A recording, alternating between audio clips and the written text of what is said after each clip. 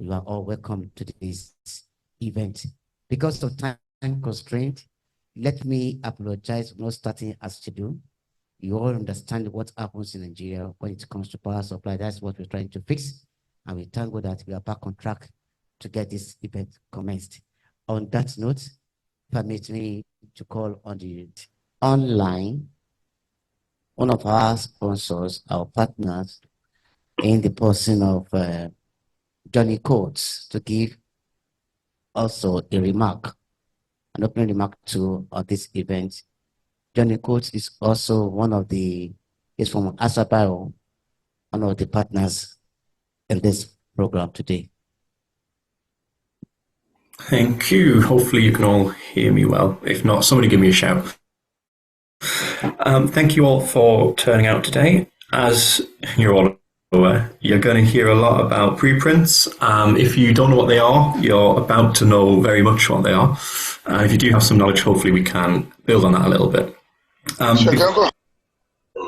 Before we get into that, I think the biggest benefit of preprints, which you may not actually hear during today's talks, I'll say it now. I would go further than what you've just heard there and say that the publishing system is actually broken in its current form. The only people who benefit currently are the publishers. And the biggest benefit of preprints is that they offer a viable and realistic route to change. And if we change the publishing system, we change research culture, we bring about greater equality and all the other good things that we all really want. And so I would bear that in mind as we go through today, not to underestimate preprints and just how powerful they can actually be. And with that, I will hand back. Thank you. Thank you very much for the wonderful introductions, and also thank you very much for the opportunity to have me here and also to make this presentation to you. And good morning to everybody here. And yeah, thank you very much for attending. I am the Business Development Officer for the Regional Research and Education Network of Eastern and Southern Africa, which is Ubuntu Net Alliance. I am also the Communications Officer for the Africa Connect 3 project, a Pan-African project co-funded by the EU, which aims to advance research and education in Africa through digital infrastructure and capacity building. Aside from that, I am part of the DataSite Regional Expert Group for Africa. And within Ubuntu Net Alliance, I'm part of the team managing Africa Archive, which you shall learn all about in this presentation. Yes, as has been stated, my name is Harold Boa, and I'm here in representation of Ubuntu Net Alliance and also Access to Perspective partly through our joint venture, which is Africa Archive. You'll get to hear about all these through the presentations today. And yes, albeit it will be briefly. But today, our first session, the topic we shall be excavating is an introduction to preprints. And we were scheduled for an hour, but since we are behind schedule, I'll try my best to keep it brief and as short as possible. So we shall look at what preprints are. We shall look at how they differ from journal articles, why they are relevant and the associated benefits. Therefore, it is also worthwhile to look at the challenges associated with preprints, the misconceptions about them, and finally, how Africa Archive presents a platform through which researchers can share and archive their preprints. I'm sorry, there's an echo. I don't know if that can be taken care of. It's a bit distracting, but if you can, then it should be along the way. Anyways, what you will notice throughout the presentation is that my slides are quite text heavy. I did that deliberately because I would like that when they're shared afterwards, you can still have a grasp of what we're discussing here today. And if you need any source file about what preprints are, you can easily just go there and source it. I will be sharing them later on at the end of the presentation. So without further ado, what are preprints? Yes, what are preprints? So in order for us to understand what preprints are, we must first understand the process through which an author gets his or her research output published into a journal, which typically goes like this. A researcher does research and produces a manuscript, right? And then the manuscript is submitted to a journal for consideration. Following that, the journal editors engage experts in the field for their input on the manuscript if the topic is deemed of interest. Experts provide comments which may range from rejection to additional studies or analysis, which the author may be required to do. And then also it can also go straight to acceptance. And then finally, this peer review process, that it may take time. Sometimes in some cases it takes months, and in some cases it takes even more than months. So it is a methodology that has been there for a while. However, it is not perfect, as Johnny alluded to in his introductory remarks. It's not perfect, right? It falls short in multiple ways. To begin with, the peer review process can be lengthy. It can take time, often taking several months to complete. This delay in disseminating this research or this journal, this article can be frustrating for researchers, particularly when they want to share their findings promptly with the scientific community. Not only that, but sometimes there is a bias. Peer review is subject to various forms of bias, including the reviewer's bias, editorial bias, and publication bias as well. So reviewers may have personal biases that affect their assessment of the manuscript, and editors may have preferences for certain types of research or outcomes. Additionally, journals may be more inclined to publish studies with statistically significant results, leading to publication bias, and this may lead to rejection of excellent work, which is obviously a problem. And also there's the problem of rejection. Why this is a problem is that manuscripts are frequently rejected by journals, often multiple times, before eventual acceptance. Rejection can be demoralizing to some researchers, especially if they perceive the decision as unfair or arbitrary, such that it does not make sense to them why they have been rejected. Not only that, but in the introduction, in introductory remarks, there was something that was mentioned about access to journals and the cost that is associated with them. Access to traditional journals can be limited by subscription fees, and particularly for researchers in institutions with limited resources, where the institutions are not already subscribed to the journals. This presents an obstacle for getting their research out there. And finally, we've got the problem of gatekeeping. The peer review process itself can act as a form of gatekeeping, with reviewers and editors exerting a certain level of control over what gets published. This can stifle innovation and also suppress unconventional or controversial ideas, right? So, what if there was a way in which a researcher's work could be valued still, prior to this process that I've just described of publishing into a journal, a way in which the body of work can still make its impact outside of the traditional journal publication process. This is where preprints come in. Yeah.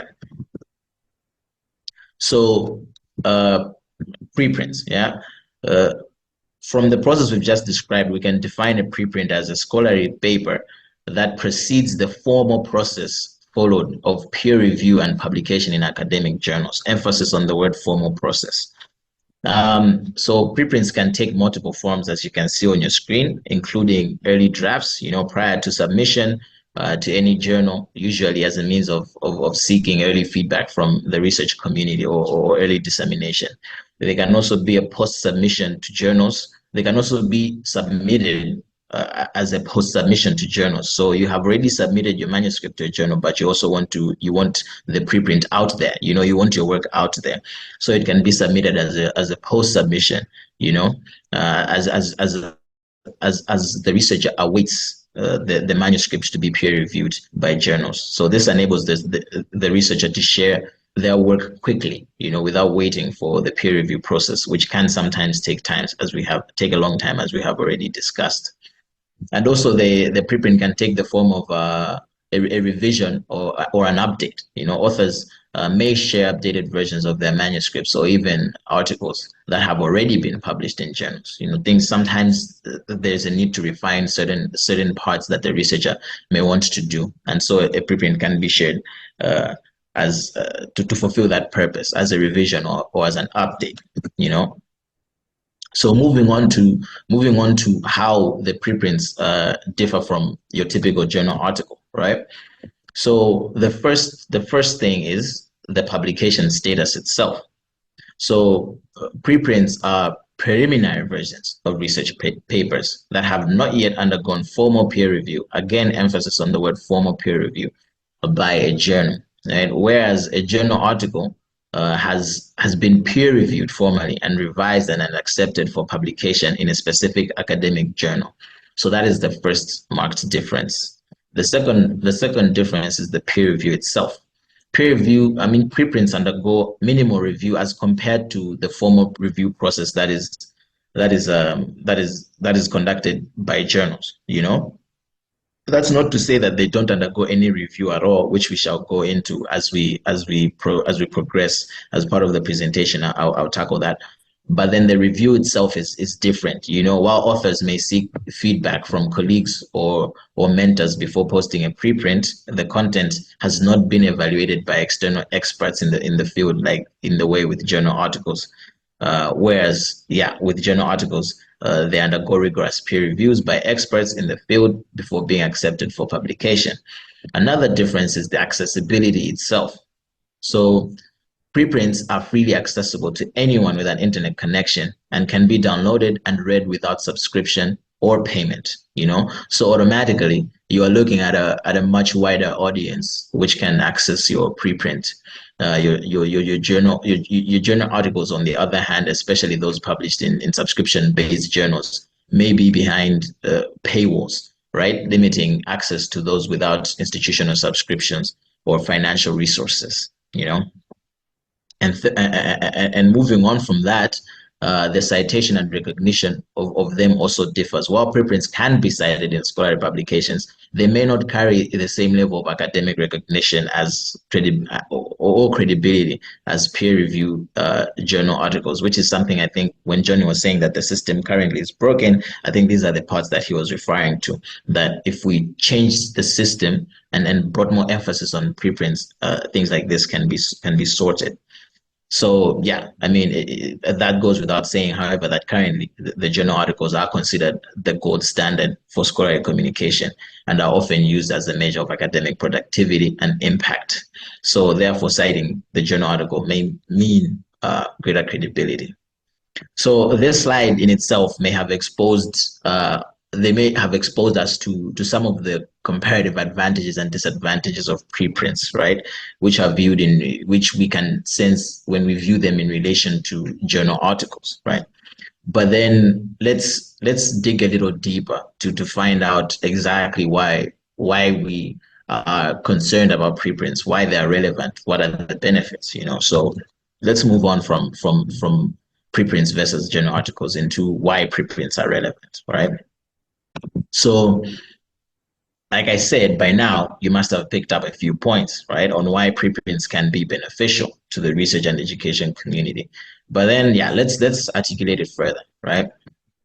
The first thing is timing of dissemination. Right? What we mean here is preprints allow researchers to share their findings with the scientific community quickly, often before the official peer review process begins, thereby bypassing the lengthy peer review structure that is associated with traditional publishing. This quick sharing of knowledge facilitates collaboration, sparks scientific discourse, and accelerates the pace of discovery across various disciplines, right? So you're making your process much quicker, much faster, as opposed to waiting months.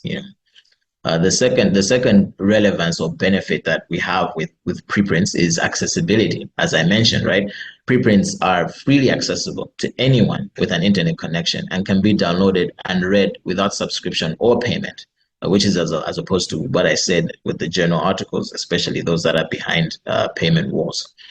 So this open access model promotes widespread dissemination of research findings and fosters collaboration across geographical and institutional boundaries, effectively doing away with financial barriers, which is a very big advantage, especially considering the continent in which we're dealing here. Also, early feedback. Preprints offer researchers the opportunity to receive feedback from peers at an early stage. As I said, you can share preprints as an early publication, right?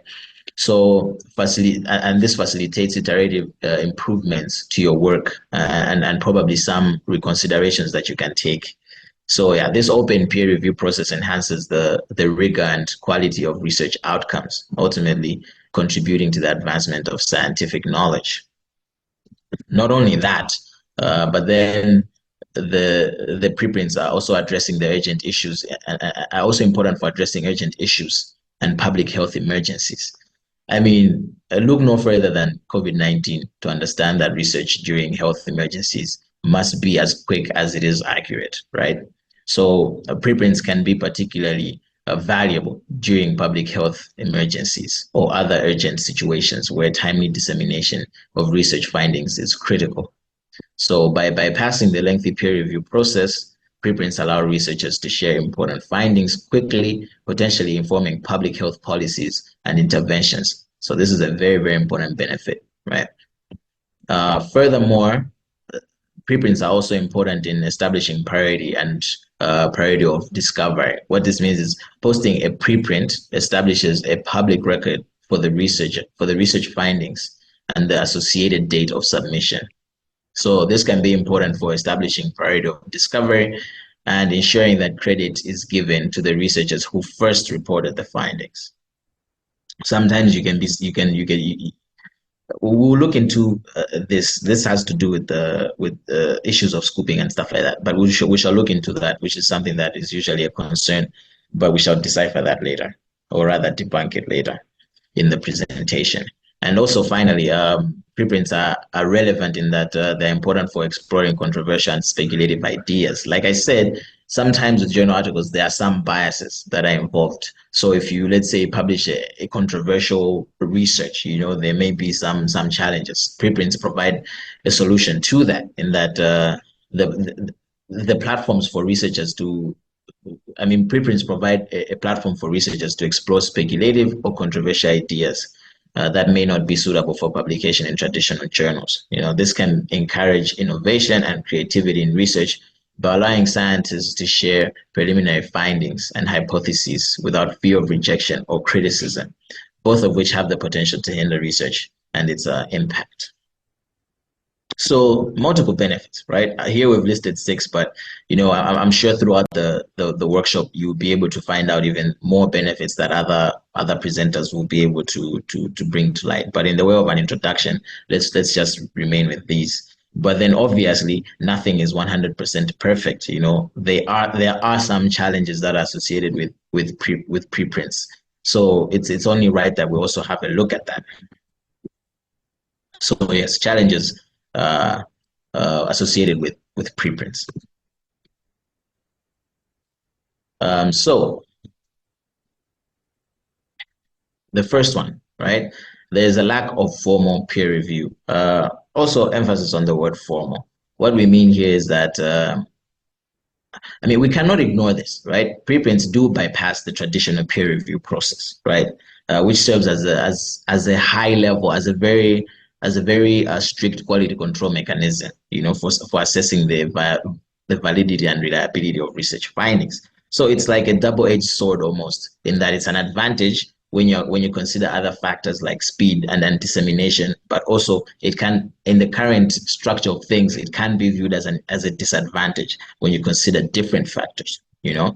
So without peer review, there is a risk that inaccurate or incomplete or poorly conducted research may be disseminated, right? Leading to some misinformation, possibly, or confusion with scientific community and beyond. Number 2 is in the current landscape of things, there's the issue of credibility and trust. So again, the lack of formal peer review and vetting of preprints may raise concerns about their credibility and trustworthiness among researchers, policymakers, and the general public. Excuse me. Without the stamp of approval from formal peer reviewers and reputable journals, preprints may be viewed with some sort of skepticism or caution, particularly in fields where rigorous peer review is considered essential for establishing the viability of research findings. Thirdly, there is a potential for misinterpretation, whereby preprints are often preliminary versions of the research paper itself, that have not yet undergone a thorough scrutiny, by experts in the field.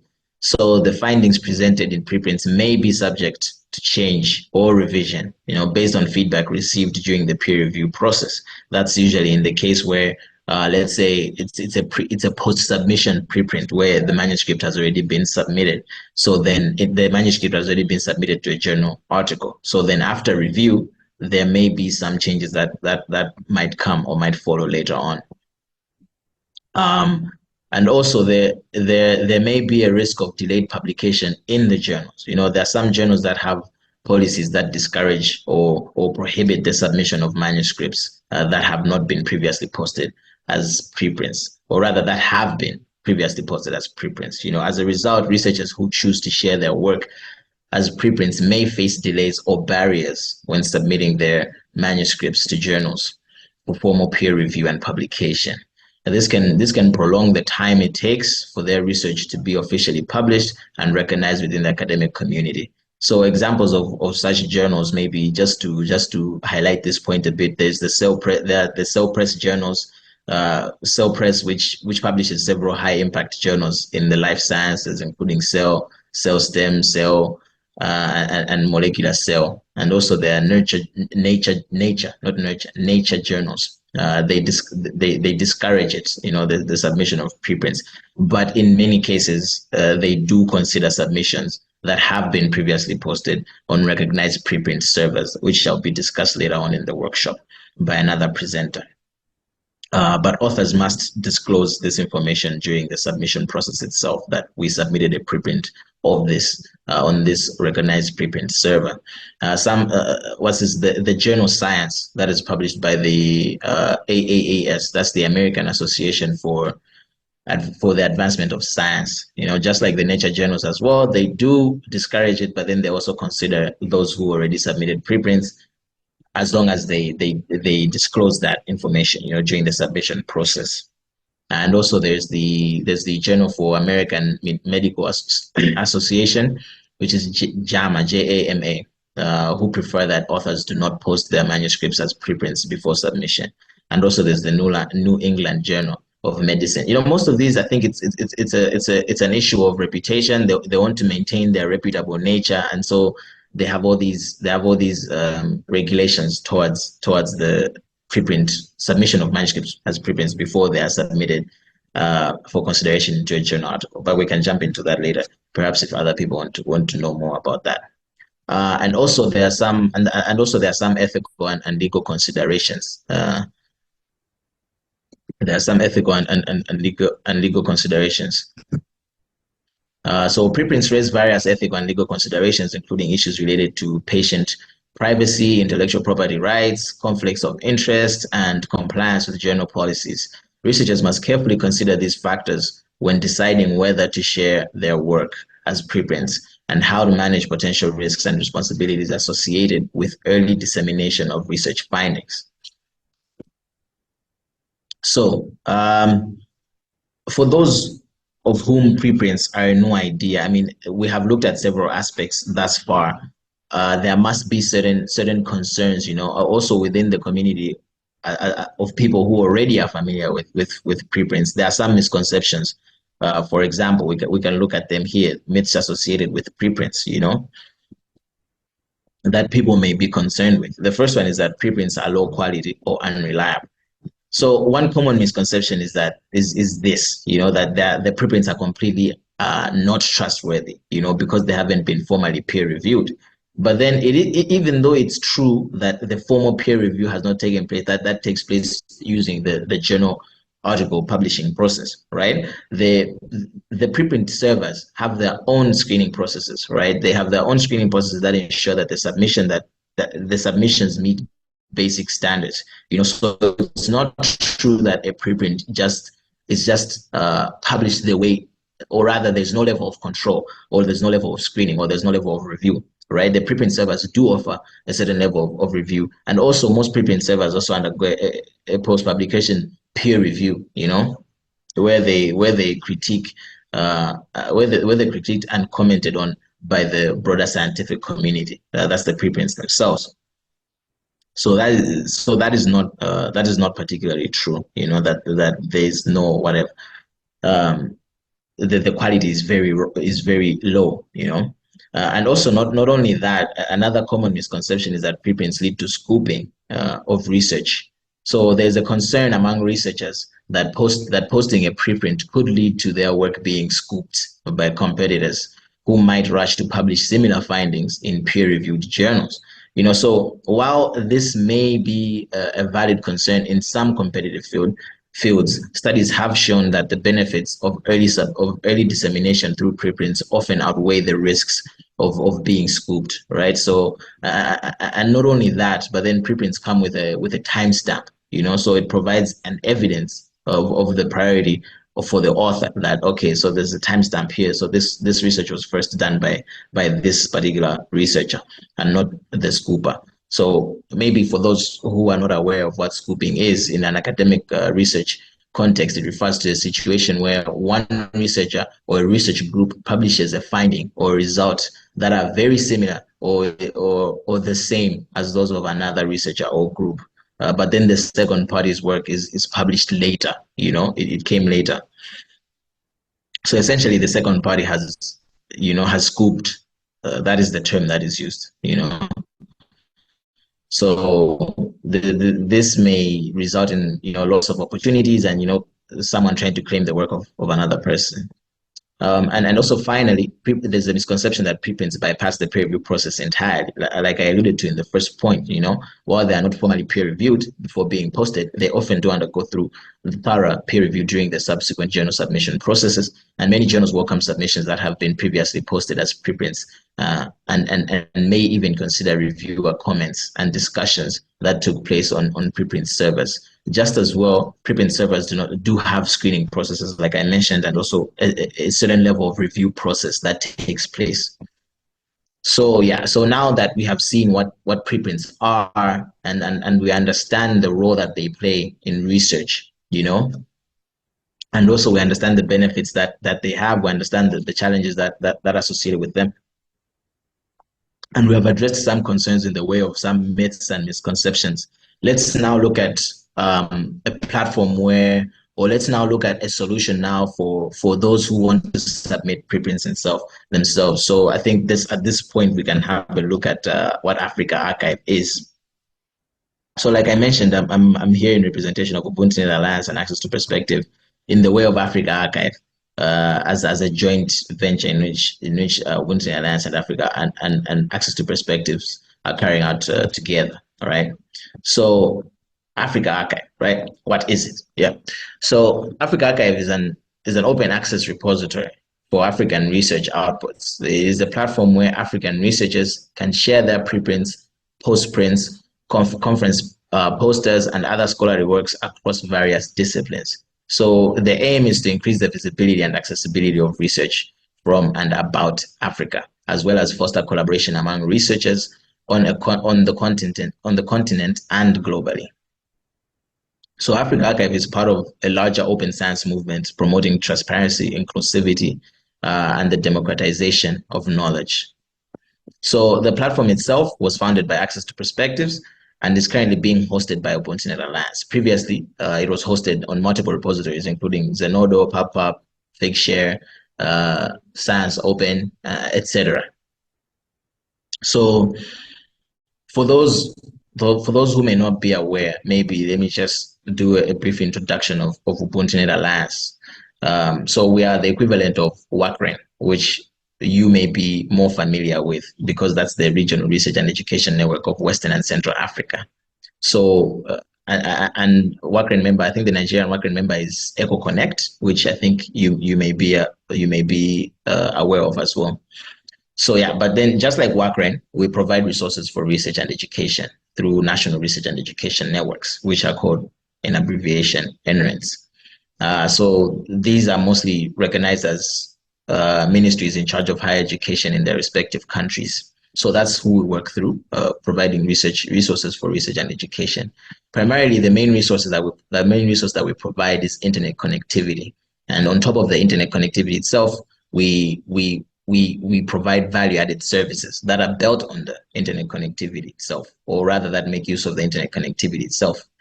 Because once internet connectivity is provided, it's like a catalyst for then carrying out other activities or then providing other services, you know. So we also do provide those other services. I'll provide a link for you to get a grasp of what we do specifically at the end of the presentation. So yeah, we also facilitate collaboration within our community itself via several events. We also hold events like the one you have right now. We have capacity building events, and we have partnerships with other research and education networks outside of Africa. So yeah, we foster collaboration as well. That's Ubuntu in the Alliance.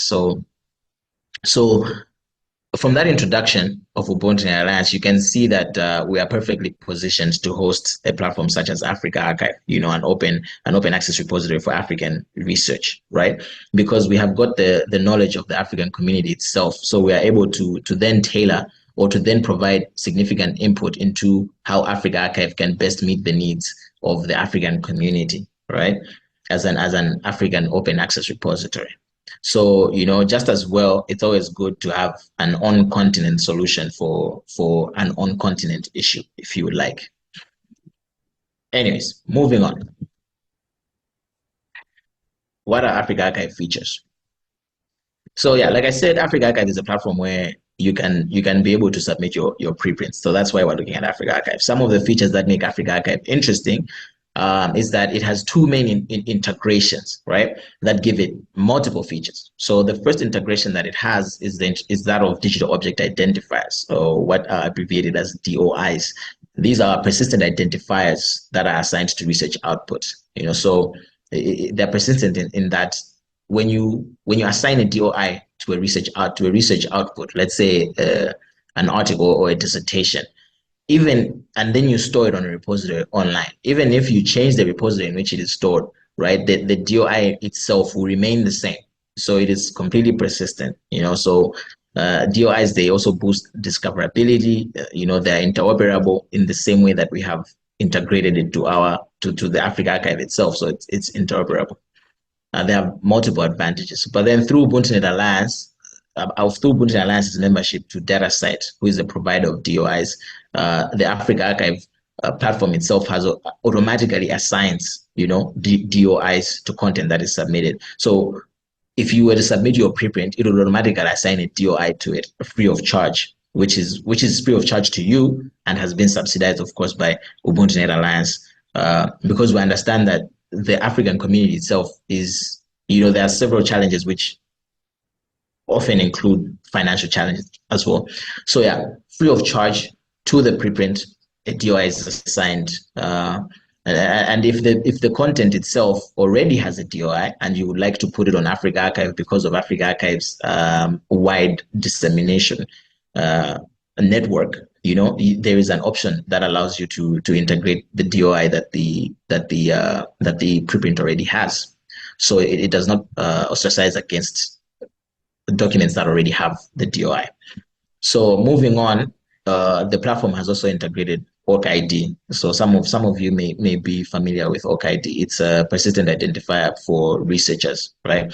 So through UbuntuNet Alliance's membership as well, we have been able to unlock several features that include a login and sign up feature using ORCID. So you can log in or sign up using your ORCID.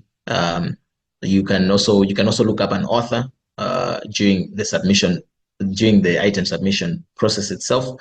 So if you have an ID and you're submitting a preprint, the platform itself will be able to sense that this is a user, this is a researcher who has an ORCID, and so you can be able to submit like that. You can import your profile and also your publications as well. So publications import and Africa Archive export to ORCID, right? So these are the multiple features that the platform has right now, which make it of advantageous value. You know, I feel like our DevOps team deserves a lot of credit for managing to bring this up or to set it up as such, because they're also working on more integrations that will come in the future, or rather in the near future, because this is something that it's still being developed and it will continue being developed, you know.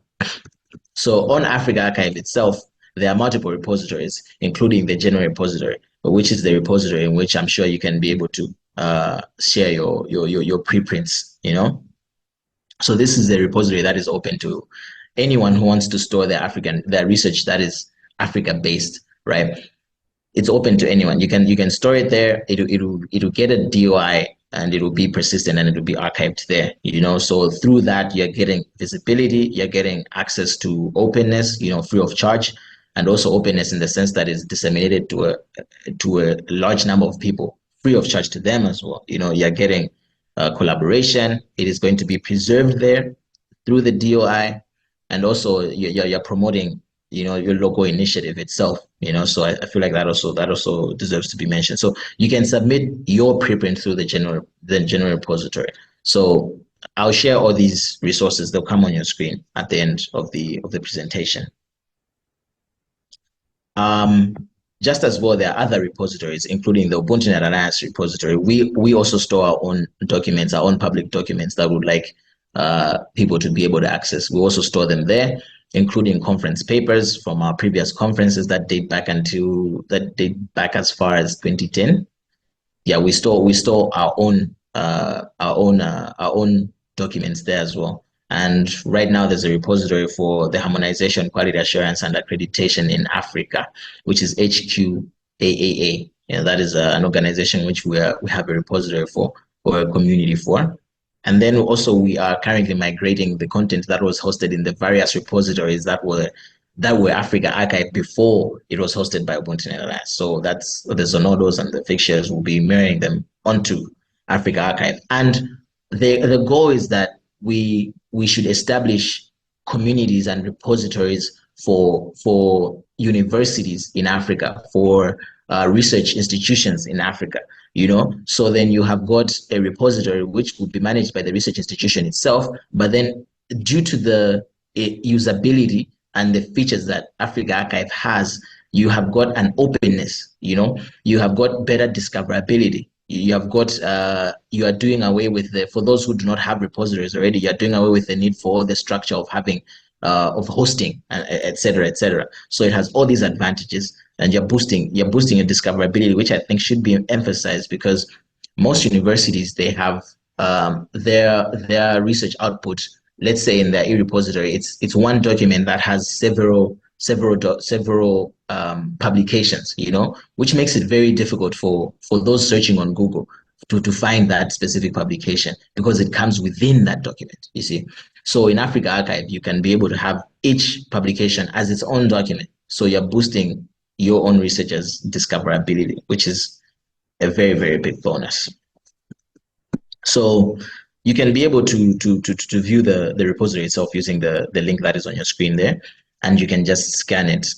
You can just scan the QR code, and it will take you directly to the platform itself. You don't need to register. You don't need to sign up.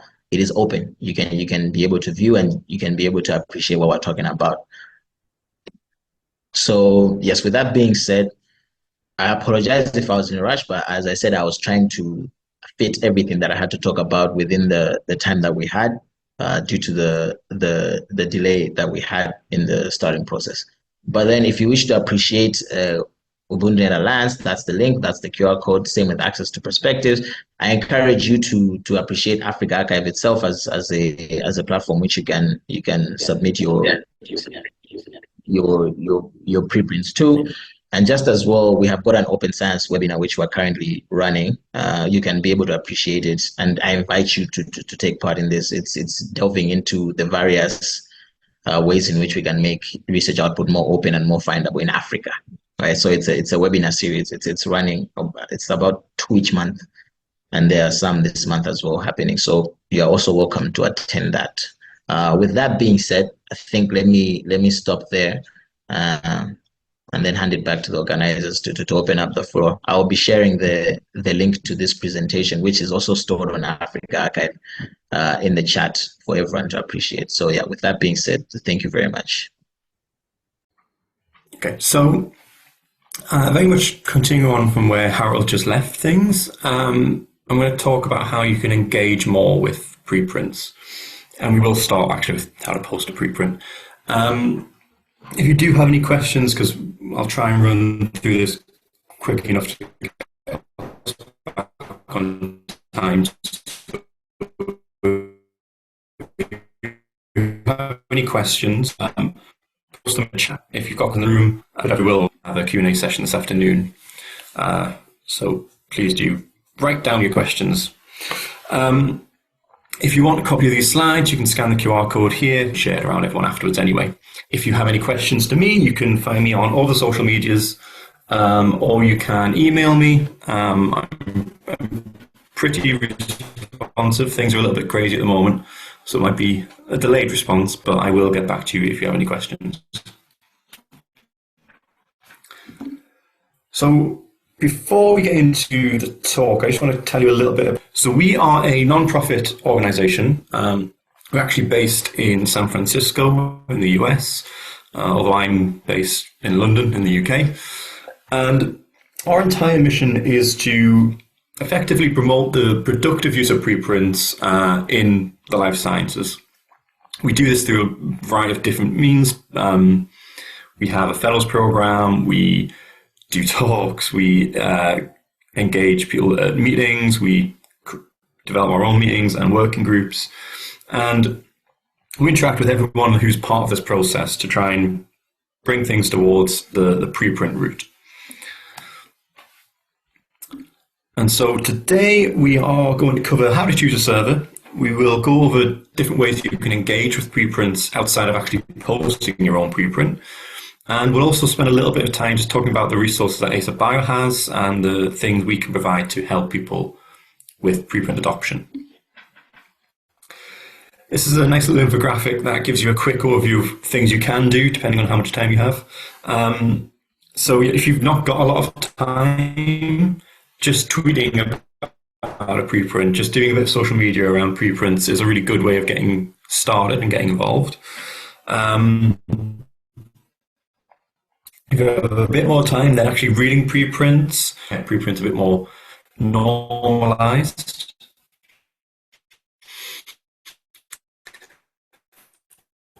Or you've got quite a bit of time, then actually reviewing a preprint and post-ups are really good at how you involved with that. Or also through me, a podcast all about preprints. So you can listen to that, or you can get involved if you want to get involved. Or you can invite authors to actually present at your journal clubs. But again, we'll come back onto journal clubs soon. So how do you choose a server and how do you post a preprint? There are currently over 50 different preprint servers. So there's a lot of choice out there. And there's a lot of things you need to decide on before you choose a preprint server. So the first thing you need to do is make sure that all of your co-authors are happy to post a preprint. Really important. Choosing a server, and we have a long list of the next slide. We'll go over a lot of the different. Worth checking, although the vast really an issue for preprint.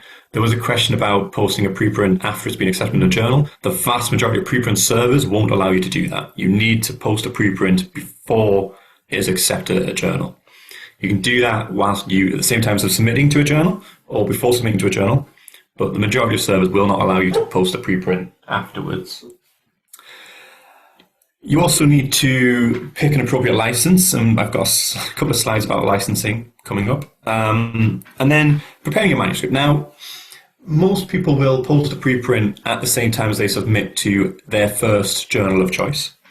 However, you can post a preprint at any point before that. So if you wanted to, and COVID is a really good example of this, if you have a small data set, you can post that as a preprint. And you can update a preprint as you work towards getting that more formal final version of a manuscript together. You can also post a lot more things on a preprint server than you will get published. So we'll come back to this again, actually, but you can post negative data on a preprint server. You can post small data sets. Some preprint servers will allow you to post share posters, for example, which is a campaign we're going to have this year. So you've got a lot more choice when it comes to posting a preprint. So you also need to decide on that final format you want, or at least initial starting format. In terms of choosing a server, our website does have a directory of the preprint servers. And you can go on here and it gives you all this kind of information you're seeing here. Broadly, preprint servers fall into a few different categories. You've got one category, which is the general preprint server. So this would be things like bioRxiv, for example, or Research Square. You've got preprint servers that are field specific. So we have SciArchive or MetaArchive, for example. These are very field specific servers. And then you also have what Africa Archive is, which is a geographical based server. So you've got Africa Archive, there's a China Archive, there's a French Archive. And so depending on your audience and what the research is, that kind of dictates which server you would want to choose. There are benefits to some over others, depends entirely on your audience choice. If you want to reach a particularly African-based audience, then Africa Archive is a great place to post your work. If you wanted a more international audience or your work was very general, then maybe bioRxiv would be the better place to go. But if you're in any doubt, go on our website and have a look, because this kind of gives you all the information you might need. It also tells you the different screening processes that occur on the preprint servers, which is, I think, a really important step to choosing a server. The screening processes are very, very important to protecting what is actually appearing on the servers. And as I said, most journals now accept preprints. There was a question about how you would find that out. The links here give you that answer.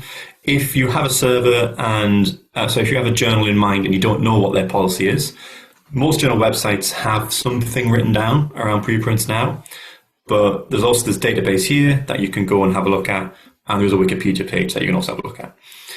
This database, we were maintaining the database. We've stopped doing that now because, as I said, so many journals now accept preprints that it's not really an issue so much anymore. But if you do want to check just to be safe, you can do so. And posting a preprint does not mean you then have to publish that work. As Harold said, a preprint is open to the public. It is effectively a published bit of work. It just hasn't been peer-reviewed by a journal. And we're going to talk a little bit about peer review in a couple of slides, but I just wanted to focus on this bit for a little while because this is an example of someone who posted a preprint and that was the end goal. This person never intended to then publish this work in a journal. About 70% or so of preprints eventually get published in a journal. That means 30% don't, but that does not mean that 30% are in any way bad quality. There's a lot of reasons why somebody might want to just leave a preprint up and not publish that data. If, for example, you've got negative data, it's very difficult to get that published in a journal. But as part of the scientific process, it's also very important to get that work out and share it with people.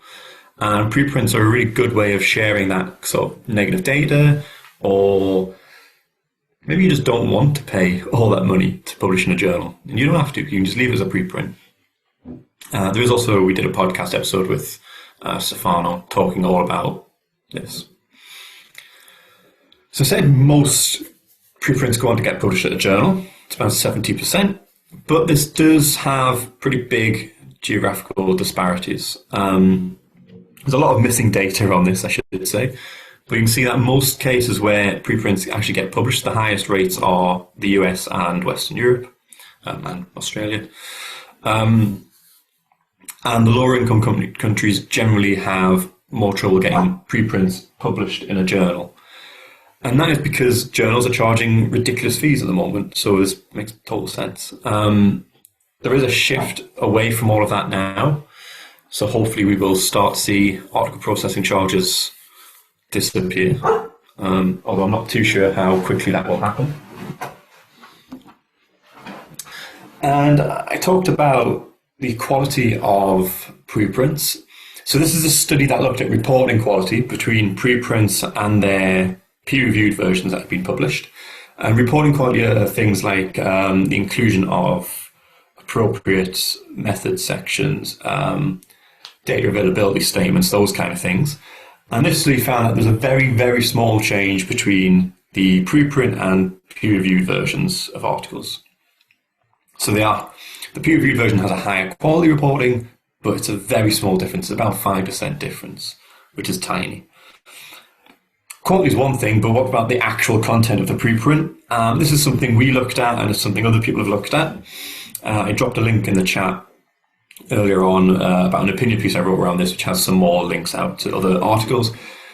But basically, every study so far that has compared a preprint to its peer-reviewed version kind of says the same thing, which is that the conclusions generally don't change, and where they do change, it's a minor change. It's nothing major.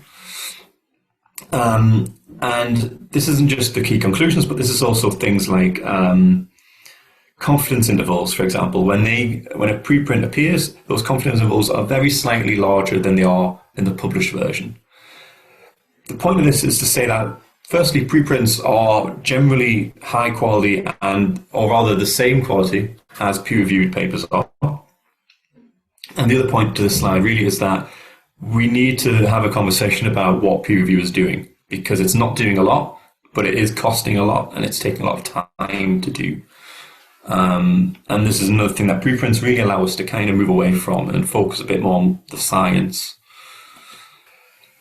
So the other notion around preprints, when you're choosing to post a preprint, you need to think about the open access side of things, because preprints are free access.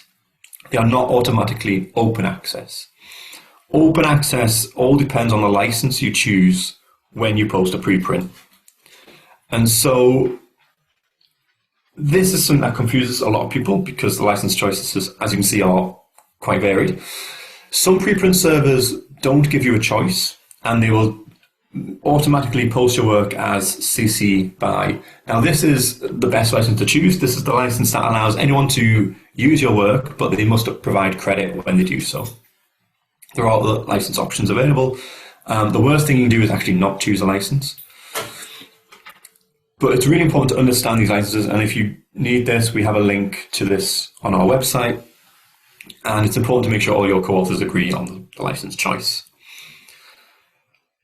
And I said this is confusing to authors. This is some of the data we looked at, and for the most part, when authors are given a choice, they go for the most restrictive license they can. This means that the work is not actually open access. It's free access, but it's not open. And this is not really the best way to go about sharing science. A lot of preprint servers do mandate CC BY, which is the more open license. But it's just a consideration to have when you post your preprint. So when it comes to engaging with preprints, there are a lot of different ways you can do this. You can do this through social media, which we're going to talk about a little bit more here. You can do it by posting comments directly on a preprint, or there's a lot of different preprint peer review services that exist now. So we'll start with social media and preprints. So Dan Quintana, lovely guy, he kind of answers this question of why you should use social media really, really well.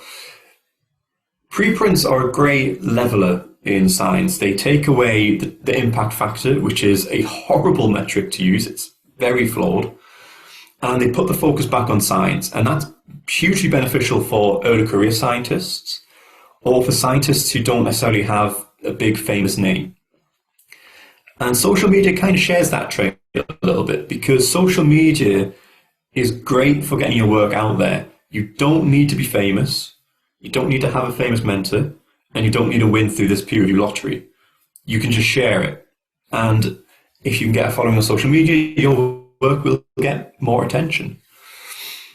And so this is an open book here if you want to read more about Twitter for scientists, or X as it's now called. The other thing is that most comments and feedback on preprints is actually done in private. So it's done through email or actual in-person conversations. Where that feedback happens and it's public, it's largely done still, this is a little bit old, but it's still largely done on Twitter. And so social media really is quite important when it comes to talking about your work, especially when it's a preprint.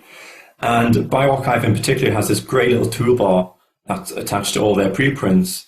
I'm not going to walk you through what all these different things mean, but these basically tell you if there's comments, if there's peer review, that kind of thing. It also links directly to any Twitter activity mentioning your preprint. This is a really great way if you're actually going to feed that preprint into a paper. So if you want to submit that preprint to a journal, I always recommend you post your preprint, leave it up for maybe a month, and then submit to your journal of choice, because that gives time for the wider scientific community to read your work, provide a bit of feedback on it, and also talk about it. And sometimes you can get a lot of social media attention. And of course, when a journal editor is deciding whether they should take your work for peer review or not, one of the things they want to know is your work impactful? And preprints let you show that your work has at least some impact before they have to make that decision, which really, really helps them. And you can incorporate these kind of metrics into your cover letter for your papers. So it's really worthwhile posting a preprint and just waiting, just a month. Most of the attention accumulates within the first month, so you don't need to wait too much longer than that. The thing, of course, is that some of this feedback is very, very useful feedback for improving your experiments prior to submitting to a journal as well. So there's lots of different social media platforms at the moment. They seem to be growing almost monthly. It's an important point to note here that your choice of social media platform depends a lot on what your goal is. Because disseminating your science is very different to science communication, which is different still to science journalism. The objectives differ, and therefore the target audience differs, and how you communicate things differs. Dissemination is mostly targeted at the scientific community, whereas communication, you need to be a step back from that. You need to be less specialized language. It's more about promoting what you've done with a wider range of people. Both are good. You can't do both at the same time. So this feeds very much into which platform you would use. There are also, I don't think it's mentioned in this talk, but there are geographical differences in platforms used. WhatsApp, for example, in the UK is not really used for this kind of mechanisms, but in certain countries it's used a lot. So I would always recommend people don't use Facebook for science because it's not really used for that. But if you want to do general communication, it might be better for that purpose. Instagram, if you've got anything with microscopy in it, it's probably a better place. It's used very image-led, although images work well everywhere. Twitter is still currently the best place to share scientific findings. You get the biggest audience and the most engagement. That is very slowly changing. I can't see where it's changing to because we don't know yet. But if you're not on Twitter, it is worth doing it. Preprints in particular are very widely shared. bioRxiv, for example, has bots that will, when you post your preprint, they'll automatically tweet the preprint out. So at least that gets some attention that way. They also have one for Mastodon, and I think Blue Sky now. It's a really good place if you want to interact with people. You can get, the last preprint we posted, we got quite a lot of attention on Twitter. A lot of that was positive. Some of that was quite helpful feedback. It can be difficult to actually fit your point into the character limit, but the threads feature is great on Twitter. If you post a preprint, you should do a thread with it all of the time, because I think it really helps disseminate that and explain what you did. Mastodon's very similar to Twitter. Generally, I would say there's less of a scientific audience there, depending on what your field of science is. If you're a plant biologist, it seems to be a pretty good audience. But for cell biology, it's still relatively limited. I don't know if we're going to see that grow or not, because things are all in a bit of a weird flux at the moment. But it's worth, if you can, even if it's just repeating a post on different places to get attention. YouTube, I would not recommend for most people because it's a lot more effort than posting a tweet on Twitter is. However, if you've got something that's very video heavy, it can be really good to post it there. It's also a really good place if you give a talk, especially if it's online. They're usually recorded, and if you can get a recording, have your own little YouTube where you have all your recordings on. It doesn't hurt to do that, and it's really nice to have those up.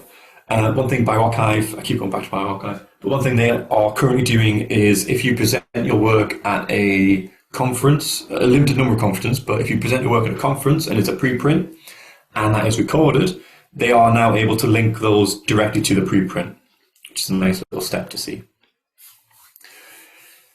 This is a very simple do and don't list. I like to think it's not difficult to understand what you should do when it comes to social media, but you see people make the same mistakes over and over again. And so the basics actually apparently do matter when you're talking about this. I would say definitely engage on social media. It's a way of reducing one of the barriers that exists in scientific dissemination. And anything we can do to reduce that should be done. It's relatively low effort, and it can be very beneficial. If you do share things on social media, give credit to whoever it is who came up with that thing or with what you're sharing. Not only is that a nice thing to do, but it also means they're more likely to follow you back and interact with you.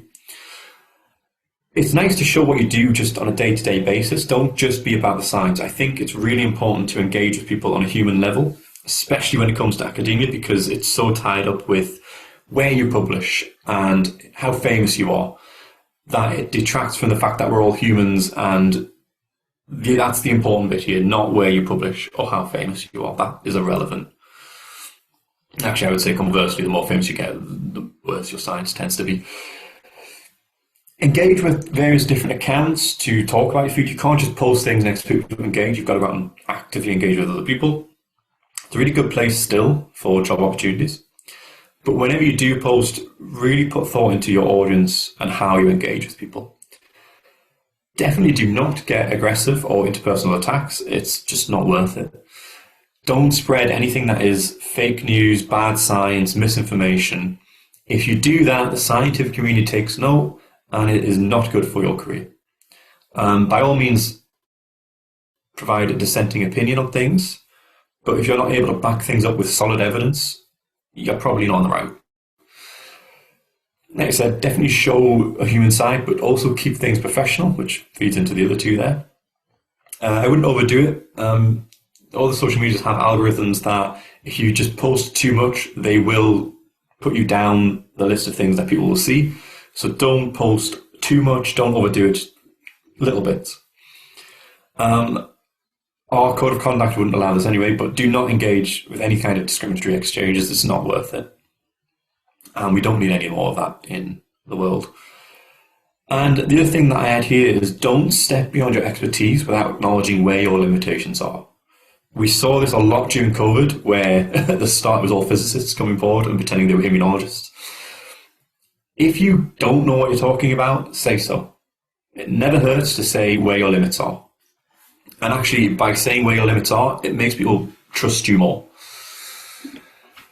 So you can share on social media. That's the easy way of getting involved with preprints. But reviewing preprints is the more really getting your hands in there. And this is a really good way of your first engagement with preprints.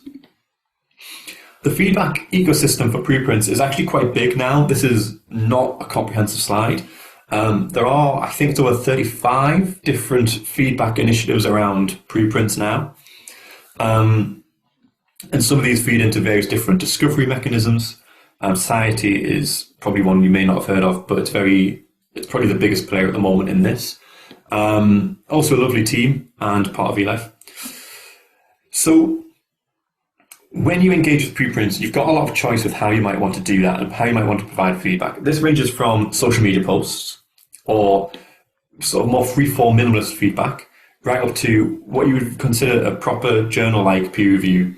eLife are the tip of this, kind of what eLife now do, which you'll hear more about. But there are other services, so Review Commons, Science Collab, Rapid Reviews, Peer Community, and these all do actual peer reviews on preprints. And certainly some of these organizations have links to different journals, so you can have your preprint, it can be publicly peer reviewed, and then you could submit all of that as a package to a journal, and it means you don't have to go through that journal process of peer review again. journals that these people partner up with agree to put your preprint out for review, to use the reviews you've got through these services for your preprint when they make an editorial decision. That means you can do all this process without having to wait months for the journals to find reviewers. I've not mentioned pre-review because I've got a slide on those, but there's going to be a talk about pre-review coming up. So I'm just going to highlight a couple of these that I think are the best ones to get involved with from a starting point. Prelights are a great service. This is how I kind of got started with preprints. Prelights are a company biologist's initiative, and basically it's a news and views style piece that you write for a preprint you find interesting. And they're not reviews of a preprint, you're just highlighting them, which means it's relatively low commitment in terms of time and effort on your part. It's a really good way of getting your profile established in the preprint area and with other people who are posting within your field. So I'm an immunologist and I would post a lot of prelights around immunology or cell biology, and that meant I got to email and interact with a lot of cool people in those fields. That raises my profile, it highlights their work, which they appreciate, and it also means if I want to leave science, for example, I have an example of being able to write in a non-scientific manner. So it's a really, really good initiative to get involved with. It's also an excellent introduction to actually using, reading, and communicating preprints more. If you don't do it a lot, this kind of forces you to do it. And it's a really gentle, nice way in. The community are lovely. I strongly recommend prelights. The other one is pre-review. I'm not going to talk too much because, like I said, we've got a whole session about pre-review this afternoon, but this is a great platform for posting any actual reviews you do of a preprint. Integrates very well with other services. And this is something we use at ASAP Bio a lot. So we run a crowd review every year, and we post all of those reviews through pre-review. They do a lot of training, a lot of other stuff that you really should check pre-review out. The other thing, which isn't actually in that original slide of review services, are journal clubs. This is something that every department pretty much has and is currently wasted. So journal clubs, you sit down, you effectively review a paper, but then you do nothing with that.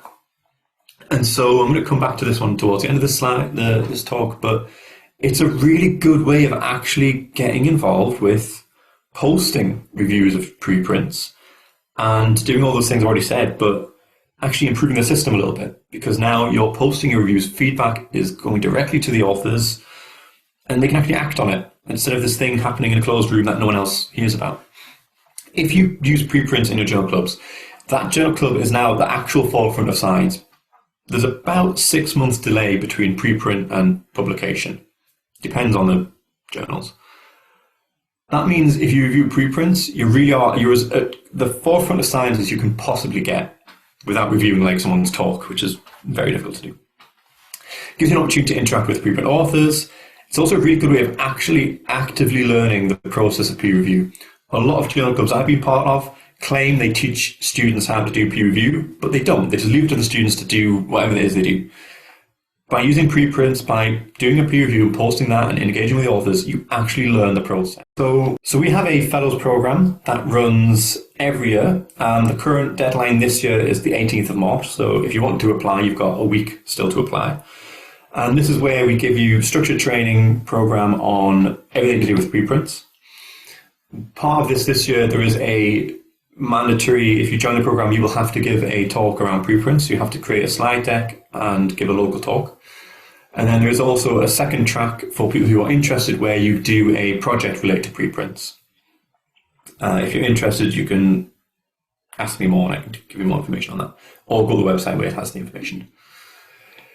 We also have funds to convert journal clubs into preprint review clubs. So we provide $200 that covers refreshments and snacks. And in return, we ask for publicly posted preprint reviews over the course of a year. We provide a bit of publicity. We provide a guide on how to actually do preprint peer review.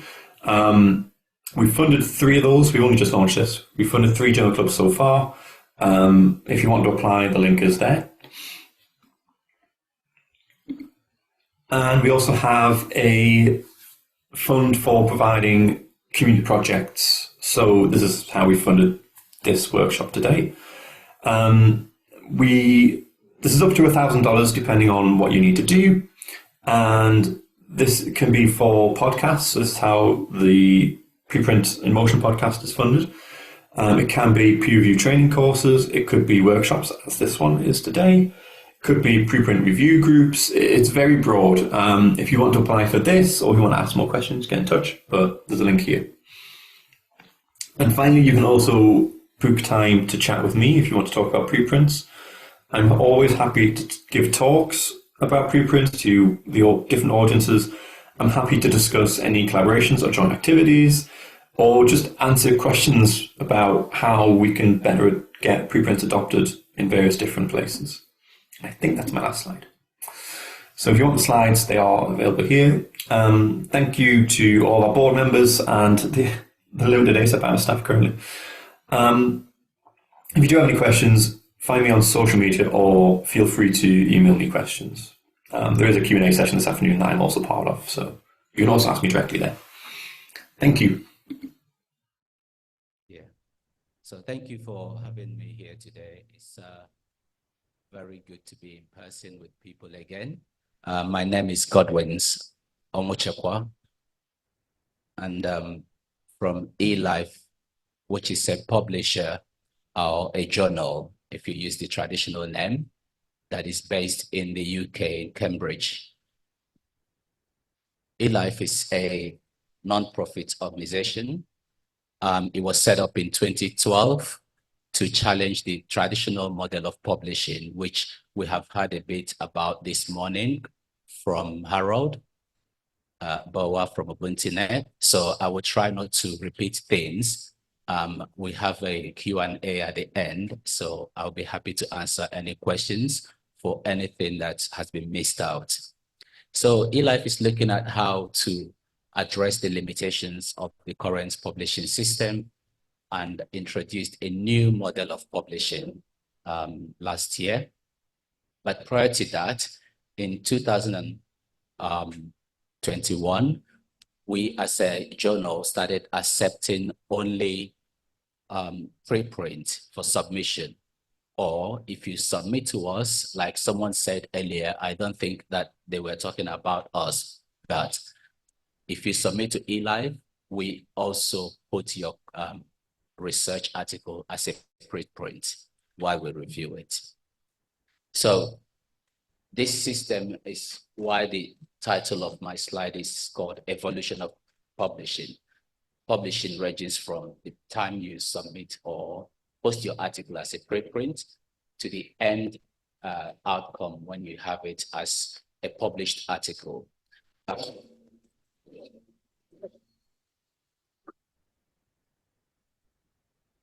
Okay, so as I said, eLife is not in the business of making profit. It's a non-profit. I think we should all be used to this. It's fun, isn't it? It's how life rolls. Technical difficulties arises every time and anywhere. So back to what I was talking about. We have gone through this with the earlier presenters about how slow the system is. When you submit your article to a journal, how long it might take. It's unpredictable sometimes, and there are bias and all of those factors that has been mentioned. But we do say that the average time to publication usually is about 9 months, but it can be longer than that for some people, as you know. We also talked about the current system not being reliable for all the factors that were discussed earlier. So the reason I'm not going to repeat all this is that they've been addressed earlier, and we can answer questions that we find on those things. So, and there's costs as well, which is part of that. So we come to the point of how do we improve the system. Okay. So a preprint is the first step, as I said earlier. It has been evolving since the 60s, but it's got more traction lately, especially since the early 2000s. And then during the lockdown, it got even much more tracked on its way. And now there are more preprints that are being posted than there were 20 years ago. and it's continuously increasing every year. Like Johnny Code said earlier on, a lot of journals are beginning to accept that things are changing and it has to change. And that is where the work I do as the head of communities in eLife becomes relevant, because we're trying to say that science is not just about where you publish, it's about what you publish. And it's also about how you are involved. As an African, as a Nigerian, I have a personal interest in seeing that science or general scholarly publishing is more diverse, is more inclusive. And this is what Preprints contributes to helping to see that the work that are done across the world can sometimes or all of the time be part of what informs the body of work that we have globally. If you submit some work and you're told, like someone shared earlier with us, you have to pay this amount of money, or you don't have, you have to do this, or we cannot accept your work, it can be demoralizing. So by having preprint, you can sometimes upturn those situations by getting your work more strengthened with feedback from your peers. So if you post a preprint, it becomes permanent. One of the things that I've had, I've been in Nigeria since last week. I went to WACREN conference. Harold Bower mentioned WACREN, which is the Western Central African Research Education Network. I went to the conference in Abuja, and over there, a lot of people spoke to me and they talked about, oh, well, that if I put up my work as a preprint, someone can steal my idea. And I've had that today since I've been here as well. You should not worry. Actually, it is the opposite. If you post your research as a preprint, it gets a DOI, but that means it gets a timestamp. If someone steals your idea, obviously you have now shown and you have an evidence. You're not going to argue about it that I posted this 2021 November. Okay, so that is, nobody can change that. So you need to not be worried. The advantages of posting your work as a preprint outweighs the disadvantage. Of course, everything in life has disadvantage, but the advantage of it outweighs it. So it also gives you access to a more global group of peers who can look at your work and give you feedback, as we discussed earlier. And what they return to you can help you make your work better. This is the advantage that is there for you. It does mean that people, sorry, I can hear myself, so I know when people online cannot hear me. Okay, so if you do post your work online, it gives you access to a global audience that you probably wouldn't have had. If you just have your work done in this institution, you only know your peers here, and that is it. But if you post it on a preprint server, you open the door to most other people being able to access that work, look at it with a different perspective, with different understanding, and they can then give you feedback. Now, because preprint is growing, getting feedback is not as easy, but you still have power within your hand, which pre-review will explain to you later, that you can actually ask people to look at your work and give you feedback. So as I said on my slide there, once you post it, it becomes permanent and part of the scientific record. So it is widely accepted these days as for grant applications. Initially, these are all of the worries that researchers had. If I make my work a preprint, it cannot be accepted again. And some journals were in the past saying, if your work has been posted as a preprint, we will not accept it anymore. Those deficits are beginning to wear out. A lot of funders are accepting preprint as a proof for grant applications. So you don't have to worry about that. Obviously, you would have to check with your funder and find out what they accept. But generally, a lot of them are going in that direction and beginning to accept it.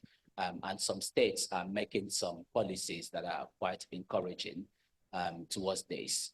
The US made a policy recently called the Nelson Memo. I don't know if you know about this. The Nelson Memo has directed that work that is being funded by public cause should be made open access. So these are the travel. Australia had the issue 2 years ago where the Australia research body said, we will not accept preprint. And everybody said, no, you have to. Why? And they changed their mind and now they accept preprint. So you don't have anything to fear on that side. So preprints also create immediate access to research and free to deposit, as Johnny was saying, and access, free access, open access. There's a lot to explain there. But the main disadvantage, as also mentioned earlier, is that it has not been peer reviewed. And this is the key to where what eLife is doing as evolution of publishing becomes quite relevant as well.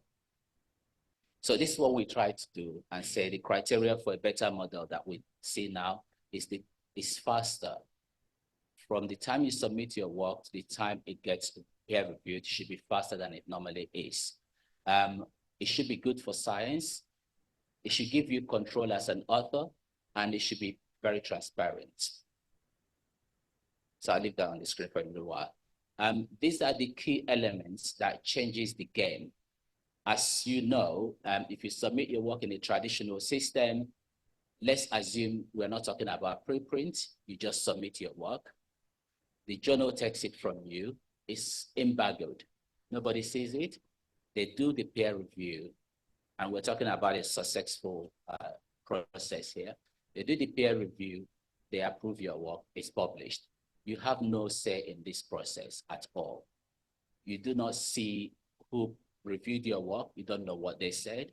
All of these are not part of what you take part in. As someone who has actually done the research, write it up, collected all the data, imagine that at this stage, you are completely disenfranchised of what you have done.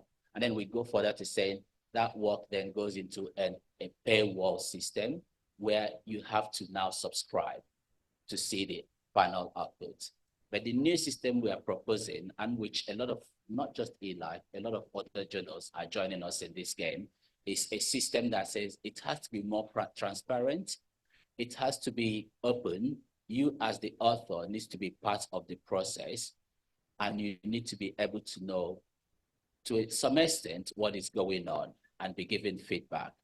Oh, by the way, I forgot to say earlier, I do not like doing presentation just talking to myself. Do feel free to raise your hand and ask me a question.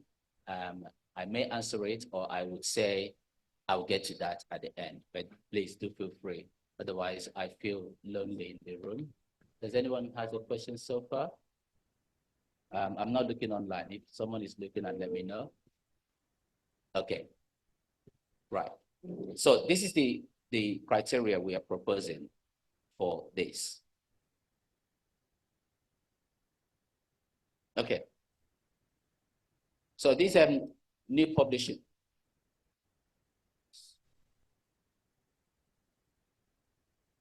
So the new model of publishing at eLife builds on preprints. Like I mentioned earlier, if you submit to eLife with your work, we either ask you to post it as a preprint, or we will post it for you as a preprint. Now, I was showing this to someone else earlier. You might have posted this work as a preprint, let's say last year, October. We will still accept it if you bring it to us now and want to submit it to eLife. So the criteria is not that you must post it today and submit it to us tomorrow. It's just that you have to make it a preprint. We are trying to encourage the use of preprints amongst researchers. So this system provides expert public review and assessment. It means, as I said earlier, once you post this, other people can give you feedback on it. I will not stray into what will be covered later so that it can be more clearer to you then. It promotes scientists' evaluation based on what and not where they publish their work. And then the version of record is, as you know, we talk about publishing, and then you say, my research has been published. That's essentially the published version is the version of record, as you know. Now we are trying to decouple that from the system, which is why we have the version of record, which is akin to a traditional journal. I will explain how we are decoupling that from the whole system. So we review only preprints. We make it easy though. You can submit a preprint to us, or once you submit it to us, we'll make your work a preprint. That is how it works. So however, whichever way you go, your work will be a preprint. It means that other people will see it while we are also working on it. If you ask my opinion, I say it's always good to post it as a preprint first, so you can get some feedback on it. It helps. So the editors that look at the work you submit to us are all practicing scientists in their field. All of our editors are still practicing and working. So they organize for review and they carry on with your work that way. So that's the peer review system. This is key to the issue. I have not mentioned this until because I want to get to this point. The accept, reject decisions, which I'm sure all of you are used to as researchers in your fields. We are trying to abolish that because that's where the gateway starts. The gatekeeping starts there. You submit your work, someone decides that we're not going to accept it. And sometimes you're not given any reason. So this is where the problem begins. Now, what we do is totally different, although I think with human beings, we stick to what we know. We do not, I'll go back to the previous slide. It says, editors consult and commit to review preprints where we have the required expertise. Now, the required expertise is important in the discussion about accept and reject.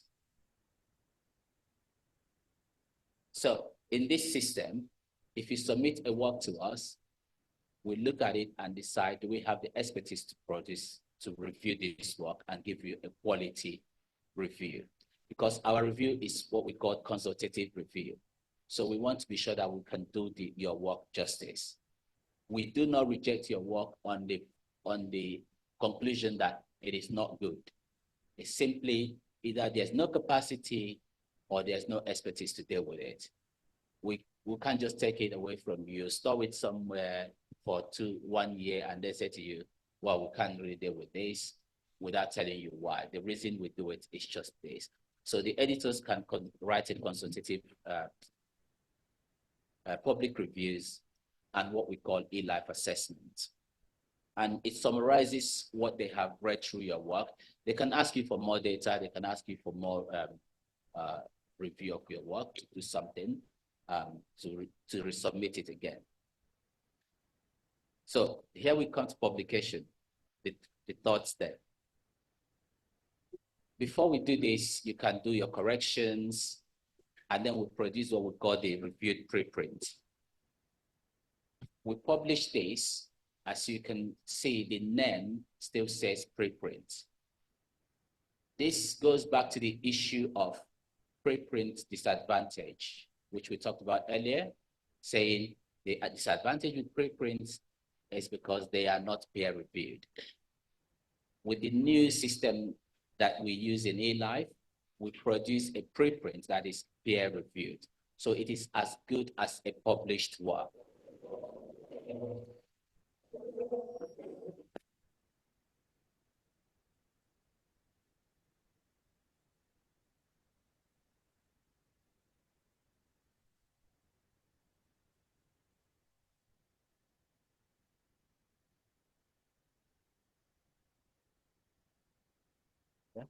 Sorry about that.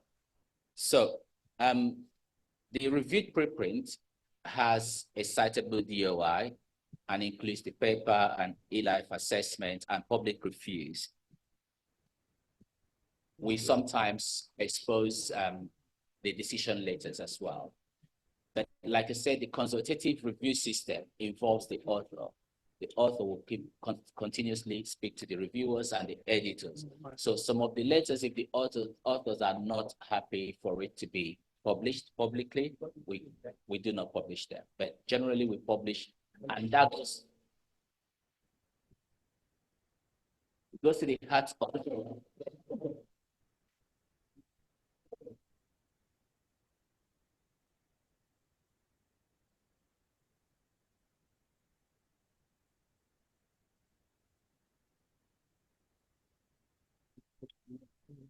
okay.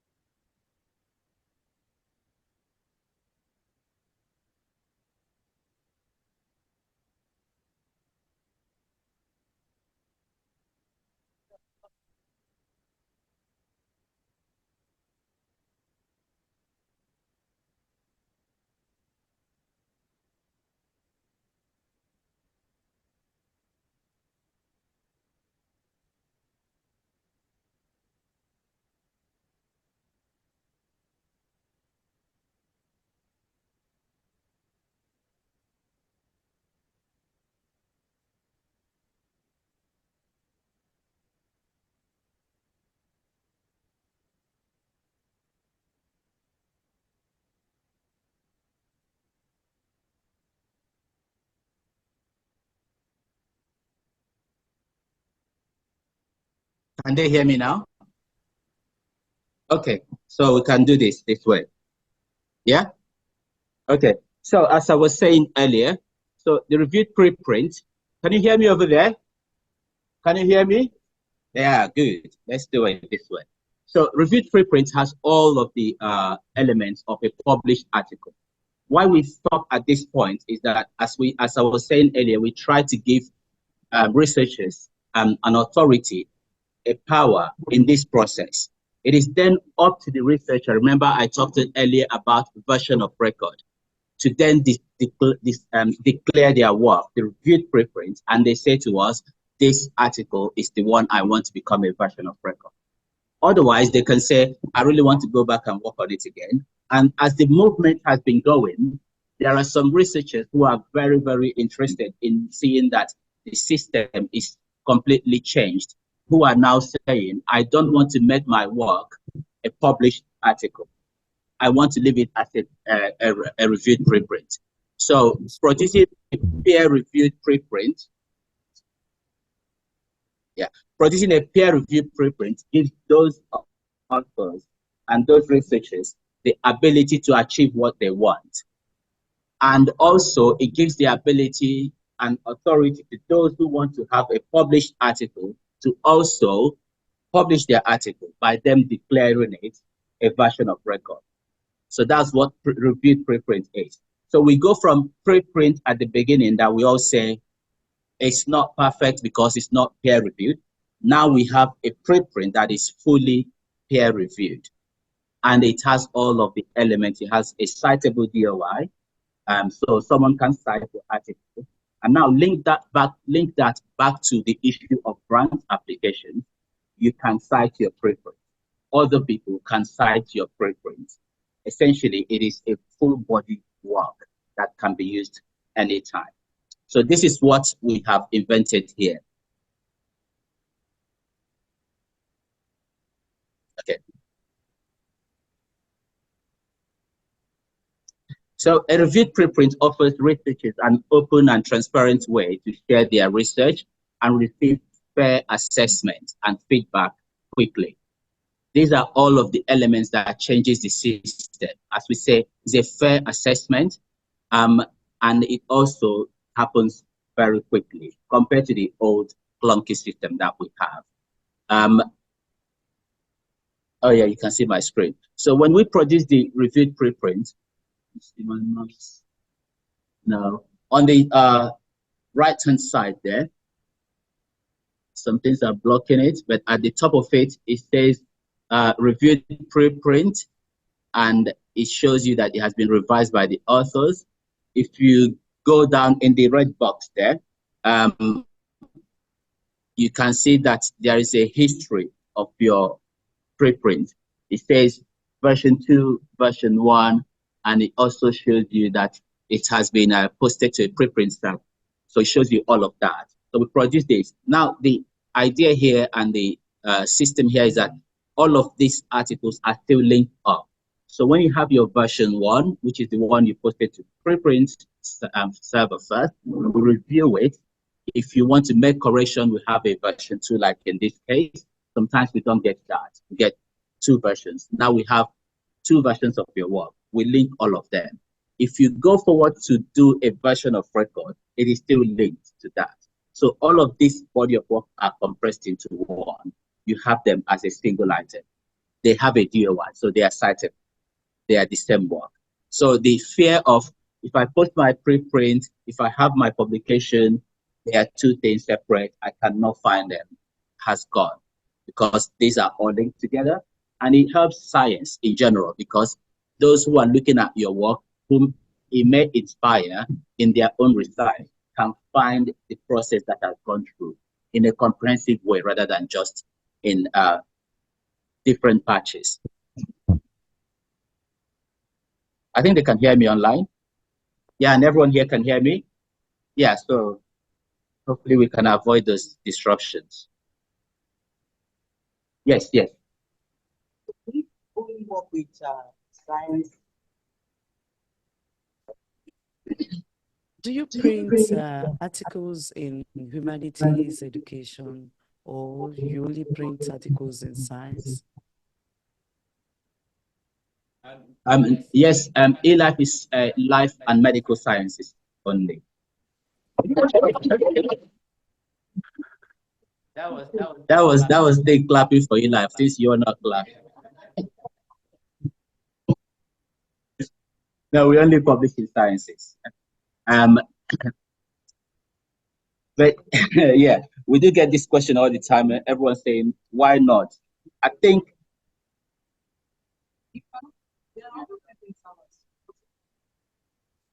yeah, so the discussion, yeah, the discussion is about preprint.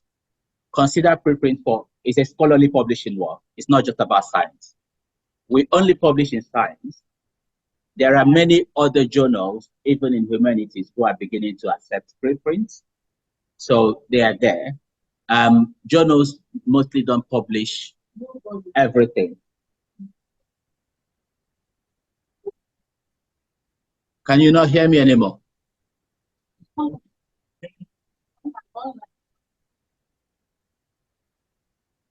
one talking. Okay. So in humanities, you can, if you do your research well, you find them. In fact, preprints, some of them are quite broad. They accept all forms of fields. But like I was saying, eLife is not a preprint server. If I'm not clear on that, we are not a preprint server. We are a journal, right? There's a lot of people in this game. We are a journal. Let's discount preprints for now. Just think of normal publishing. You finish your research, you submit it to a journal. That's what you do with eLife. Where the game changed is that in 2021, we decided that if you're submitting to us, we want you to have posted that article to a preprint server. Is that a bit clearer? So you post it to a server that is not, it doesn't belong to us. We don't own a preprint server at all. And then you can give us just the link of that, and we can then accept that work we evaluate it and say, do we have the capacity and the expertise? We move forward to the peer review. That's how it works. You choose the preprint server you submit to. There's many of them. Mostly then the second thing is, let's assume that you want to submit to this journal called eLife, but you have not posted it as a preprint. We can take it from you, but we'll post it as a preprint. Now you can say, no, I don't want it. Then we say, no, we don't want it. Does that make clear? I want to speak very, you know. Okay. I think if you want to ask a question, please let's use the mic so other people can hear. These two I joined my company too much. So how the question she asked is, how do we, so this, what did you say? Server. So how do you turn it into preprint? Okay, so her question is, we do not, eLife is not a preprint server, but how do we then, if we say that your work needs to be preprint and we are going to post it, how do we turn it to preprint? We post it just the way you would have done it. Normally we will post it in a preprint server called bioarchive or medarchive. But if you post it yourself, you can post it somewhere else. So that is how we do that. So what is on screen is what is on screen is what it looks like when we have produced it.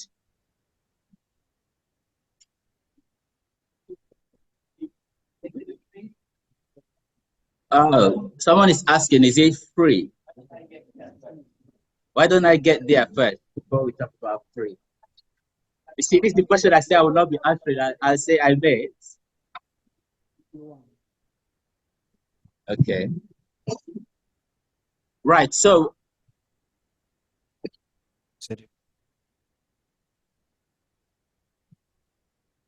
can the online still hear me? Yeah. Yeah, we can. Okay, thank you. So so this is how we do our assessment. What we produce then at the end of the day is called an eLife assessment or an assessment. We assess your work, and that is one, you know, I've talked about the consultative peer review system. The reviewers and editors work with you. At the end of the process, they produce an assessment and they rate your work based on the strength or significance of it. So they produce something saying that your work is either a landmark in significance, or it's valuable, or it's useful. They use those stuff. We use these vocabularies to rate your work. On the side of it, we do the same thing. Can go from exceptional to what we call inadequate, right? So there's those ranks that we give it, but it's written as a body of assessment. So someone will write a full assessment and say, this is what we think about it. This is how we think it contributes to science, and this is what it should be done with. And this is where it stops. We produce that. If I go back to this screen, okay, there you go. Right, there you go. Yeah. So you can see on the screen at the bottom of it, it says eLife assessment. And at the top, that's the usual abstract of the work. So the assessment we produce is a curation that helps your work to highlight the work that you've done. If we say it's a landmark, obviously that gets people's attention. And those vocabulary, when we put it there, they are in bold. So when someone is reading your assessment, they instantly see what the final judgment or the final assessment of that work is. So that's what it looks like more. One of that one says the authors present Motonet, a useful software package. So the whole of that. And the other one is valuable, and the one below is fundamental. So revisions, we still allow revisions for authors to revise their work, correct it, and then we go forward to it again, and they finish with a version of record. So at any time after the reviewed preprint is produced, I've talked about this already, the author, the researchers can declare their work a version of record, and that is the one that is sent for indexing. Now, when we use version of record, sometimes it's a bit like, why? That's essentially what a publication is. At the end of publishing, again, let me discount this preprint again. Don't think about preprint. You submit your work, it gets reviewed, it gets published. Published is a version of record, and that's where it ends. Do you have your hand up? Okay. So, what are the benefits? What we produce now is it runs between 1 to 3 months to give you a publication, and is vetted as a reviewed preprint. You can use it for in hiring, and you can use it for funding decisions. You can also you get reviewers and authors' comments that are all public and accessible.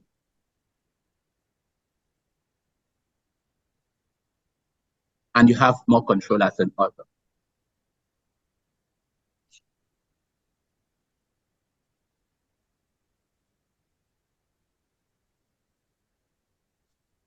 So it promotes scientific evaluation based on what and not where they push. I think when Johnny was speaking, he mentioned impact factor, which I'm sure that all of you are very, conversant with. But the whole direction of travel is to say that the work you do as a researcher should carry the quality and value of it rather than the value and quality of a publisher. Now, this is where the game, has always been. If you can pay $10,000 to publish your work in a big journal that think, oh, we can take it and make it something, it doesn't matter what the quality is. As you all know, retractions are very common at the end of the day. So, and retractions happen even in the highest impact factor journals. So what we are saying now is that with this direction of travel, with this openness of preprint, publishing and having a reviewed preprint, a version of record, it should be about the quality of that work. It should be about what you have done rather than the name of where you have published it. And then, the world is moving there with things changing gradually. So someone was asking about money, isn't it? And money is very important in this. We do charge for publication. Yes, we do. You have to, because, I'm here sitting here now, and this laptop doesn't belong to me. Someone has to pay for it. So we do. There are costs, but I can tell you, like I put there, we have waivers. In eLife, we don't do waivers like someone was explaining earlier. If you cannot afford it, you tell us. We waive it 100%. We don't do 50% waivers. We don't do 20%. We don't do 75%. We waive it. Look at that. Now they're correct. But so she asked me, is it free? The answer is no. But if you need a waiver, you can request for a waiver, and we give waivers. Does that make sense? So that, it's not misleading to come and say, well, we do charge for peer reviewing. But if you need waiver, we grant waivers. And we encourage people who need waivers to speak up. Because sometimes people don't speak up. Sometimes people don't know that they cannot get waivers. But we're trying to say that if you do need it, we offer it. Does that answer your question? Happy that you're happy. Sorry, can you give them a mic, please? Thank you. Talking about APC, some manuscripts can be rejected, and eLife requires that you must have a preprint before they publish. So if a manuscript is sent to you without a preprint, of course, you have to now post it on a server, to make it a preprint. So my question is, can it still be rejected because you already posted it on the server? Okay, I'll go back a little bit again. If you give us your work, like I said, we do not do accept reject. We evaluate your work on the sense of, can we handle it? we have the expertise. So even if it's a preprint, we still have to do that process. It's not a judgment saying we're not handling it because it's not good. We're simply saying we don't have the capacity to do this, or we don't have the real expertise to do this. This is why sometimes you have retractions, because people just take someone's work into anybody and they do review or they don't do review. And down the line, people say, oh, this work is not good. But it's gone through what was called peer review. Peer review is supposed to be clearly identifying if there's any fault, any problem with that work. So even if it's a preprint, we still have to do that evaluation at the beginning. And then we can, so even if you've submitted it somewhere and it's rejected, you can still submit to ENICE. We'll still do our evaluation. But ours is not a rejection. Yeah.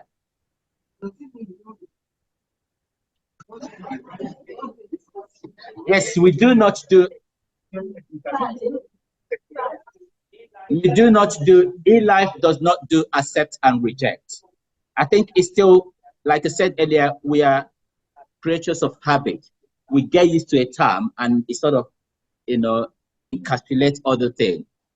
We do not do accept reject in the traditional sense of accept reject. We do an evaluation based on capacity and expertise. These are two different things. If you give us a work, my title, my job is head of community, and you give me something, I don't review any paper. Clearly. I'm just giving you an analogy. You give me something and you say, Godwin, this is a PR matter, and you handle it. I'll say, look, this is not my area of expertise, right? Can you take it right there? What's your colleague? The head of PR, director of PR. Yeah. So I'll say, can you take it to the director of PR because he's the one whose area is this. Does that make sense? So we're not going to take that work and couple around. No, but is it not better if eLife will give a guide? It's not better if eLife gives a guide. Someone is talking.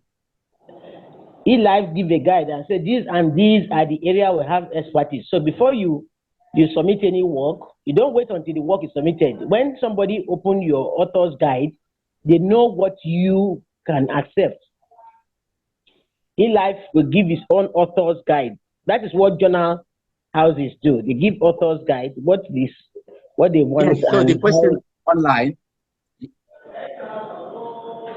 Okay, I get it. So the question is, do we give a guide? We have author's guide. Every journal has author's guide. And if you go on our website, which is elifesciences.org, it's an open access publisher. You see everything there. We have, all sorts of information you need. But during submission, if you want to submit, there's a guide that you can read. Yeah. I think I've answered your question. I don't know who asked it, but someone online. Okay. Yes, you have answered. Yes, answered. Okay. So, okay. So, more questions. Yeah. Yeah, give anybody. I'm not choosing.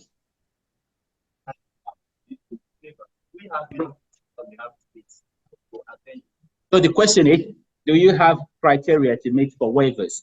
The answer is no. I'm saying so online people know what you've asked. But the answer is no.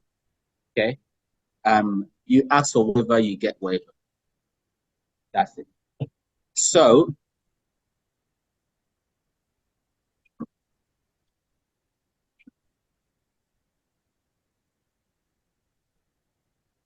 is it affiliated, you said? Yes. Well, I mean, most times journals are really independent. What they have usually is business affiliation, transactional affiliation. Submit to us and you pay this amount of money. We don't have that. Yeah. So, sorry. But it's not affiliated.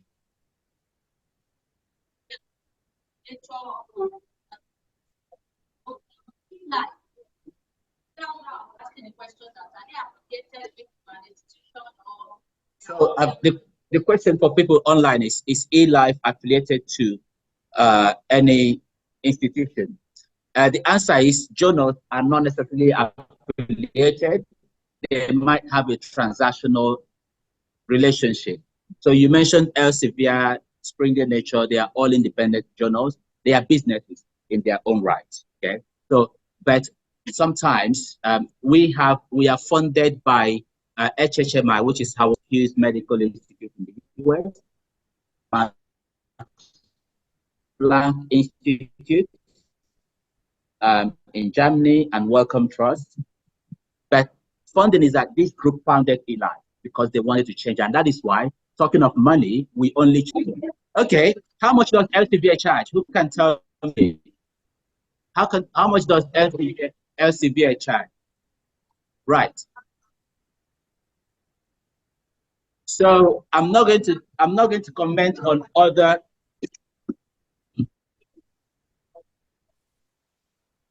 I'm not going to comment on other. So I'm not going to comment on others, but like I said, we charge $2,000 for submission, but there are waivers. We do 100% waivers. That's the plan. So,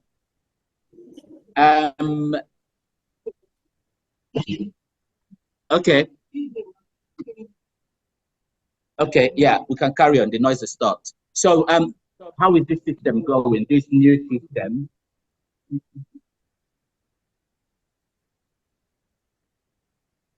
So, we've done this new model of publishing 1 year now. We started it in January. 1 second, I will. Okay, go on. Ask your question. Make it brief, please. Okay, please. What is the frequency of waivers that you can grant an individual? I mean, how many waivers can you grant an individual on your platform? How many times can you grant authors? You repeat that again. Okay, are you hearing me clearly now? Why? Okay, my question is this. You said that you do grant authors waivers if they cannot pay for the assessment. I'm now asking, like, how many times can you grant an author waivers on your platform on the payments? Okay. Can we make that thing to stop? We need to move faster. There's not enough time. So the question was, how many times can an author receive a waiver? I have no idea. If you need a waiver, that's where we stop it. You ask for a waiver. We give you a waiver. We're not counting chickens and stuff there. So there's probably a data somewhere, but I don't think we're doing that so far. Okay. Then, second question, sir. Adebowale. Yeah, second question. Okay, make it brief, please. There are other people that want to ask. Yeah. Now, my second question is that if I'm not wrong, I don't know if I'm wrong, it's like your platform is basically focused on scientific area, as in sciences. Does it have any provision for humanity focus areas too, like education, like psychology, or some other things that are not basically physical sciences? Thank you.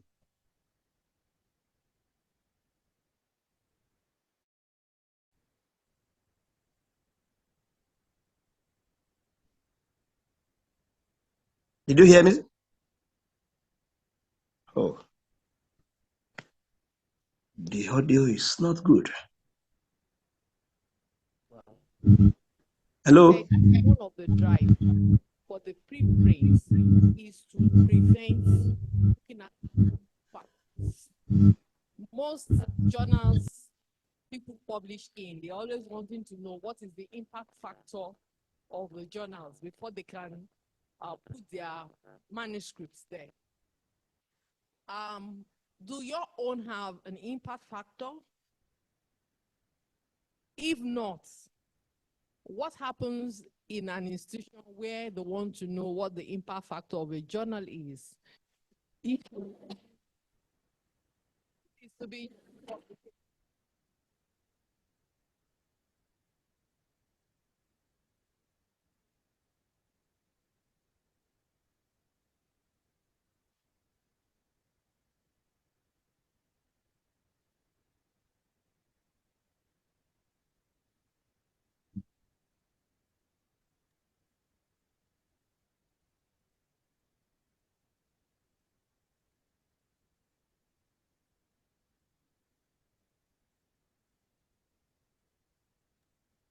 Okay, can you hear me now?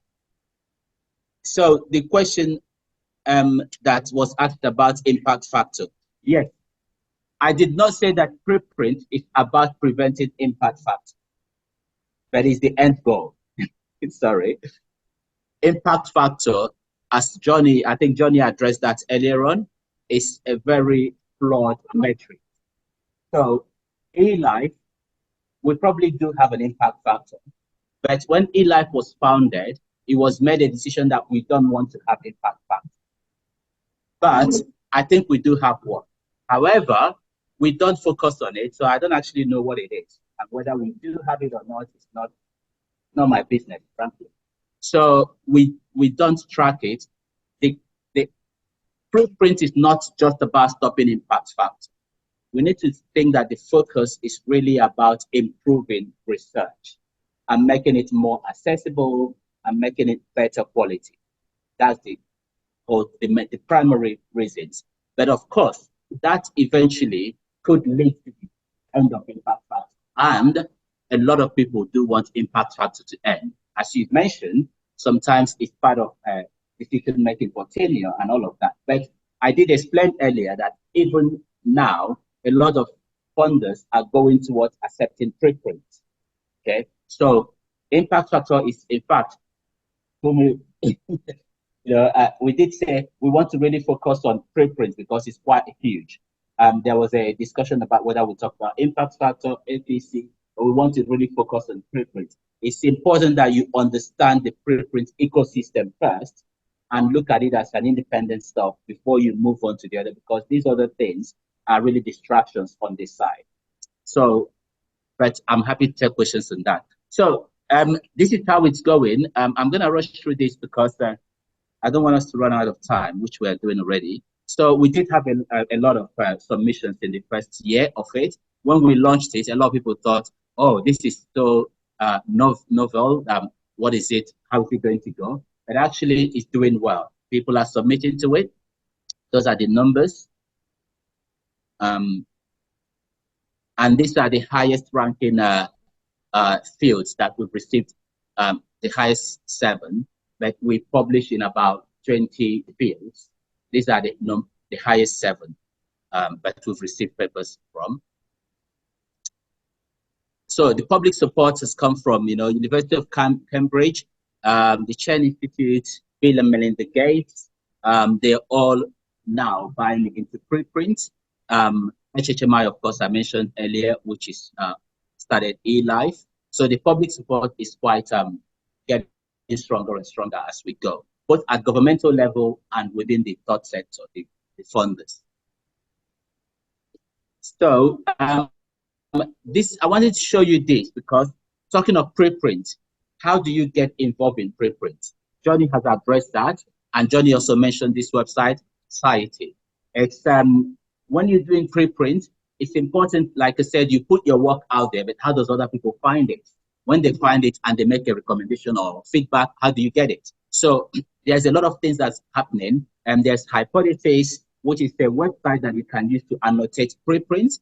There's BioArchive, which has some places you can make comments, and it also tracks social media and other comments elsewhere. And there's a software called Kotahi that is on a different level, but it does preprints as well. But Society then aggregates these comments and also helps you as a scientist. If you have a profile here, you can find, I can't show you this. You can find a preprint, read through it, make a comment, annotate it on your own profile, and share with your friends. You can share what you're reading, and those preprints come from BioArchive, from Cielo, and the rest of them. So it's a home for group peer review activity. You can come together, and Vanessa is going to explain that later. You can come together as a group. You know, you are researchers, you know about journal clubs. There are also now preprint clubs. You come together, you read through a work, you make a comment on it, you provide feedback, and you upload it in a place like this. So other people can discover what you've said. The authors can discover what you have said. Sometimes Estaby organize what they call crowd preprint review, where they review a work and then they can give it to the authors can take those reviews and help them to improve their work. So it's called cited.org.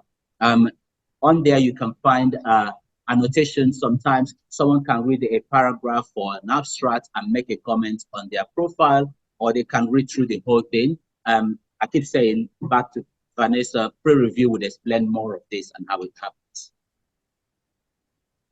So it's society. It's called society. It's society, not society. No O, but it's society. If you remove the O, it's society. So it's, it aggregates preprint reviews. So it enables networks of scholars. You can do it as a group. On society website, there's a lot of groups reviewing preprints. Some of them, they review it in a different way. They contact the author and say, we've seen your work, we want to review it. You say, go on, and they do it. Some of them don't. They just pick up any work, they review it, and they post it. Because remember what Johnny was saying, free access, open access. You post your work on a preprint server, it becomes accessible to anyone. So I can pick it up, do a rundown feedback on it, and then I post it back. I don't actually need to talk to you. You can find out by yourself. Okay, or I can contact you, because you know that when you upload your work, you have a corresponding author. So some people can contact you through that. So this is what Society provides then, that if I do that on Hypothesis, you do that on Kotahi, you do that on somewhere else, Society, this document platform will pull it together so that you can then see those works. And sometimes you see that one preprint has received reviews from 4 organizations or individuals, and all of that, you put them together.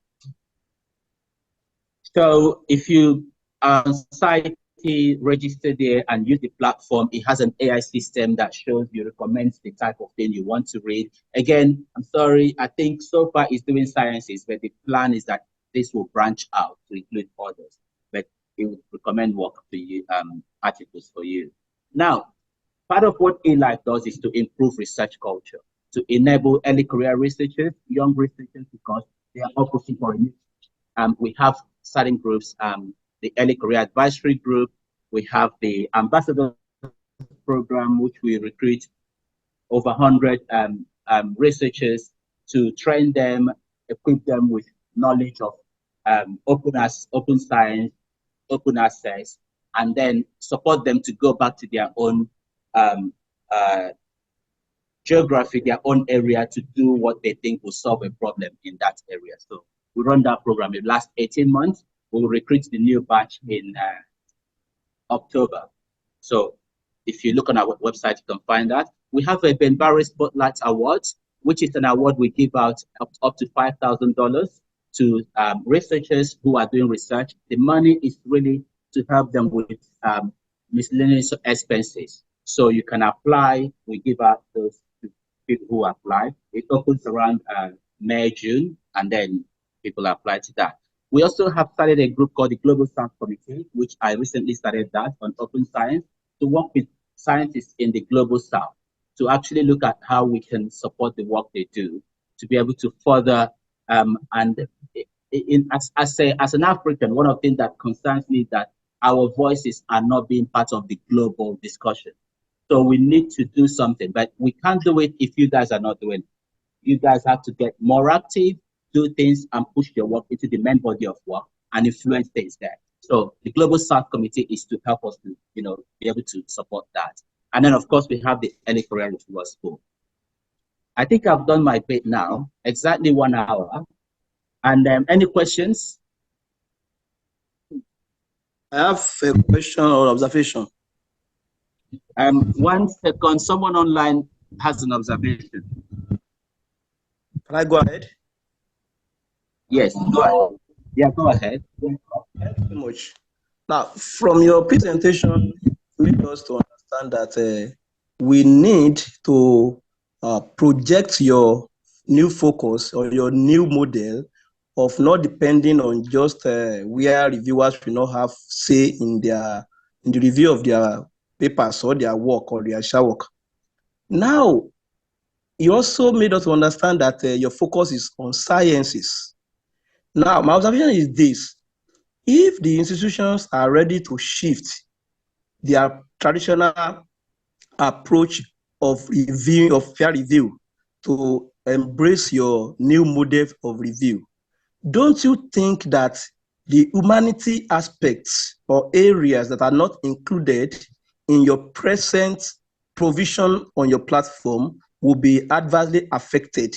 And that could also make the institutions not to accept your proposal, since some people will be left behind. I mean, humanity areas will be left behind.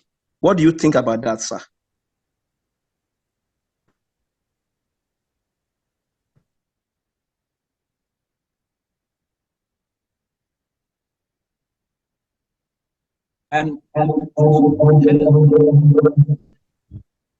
So your question is good. Could you please write it down and keep it so that Vanessa can start her session and we'll take all the questions during the Q&A, please, so we can save time. Thank you, sir. Over to Vanessa.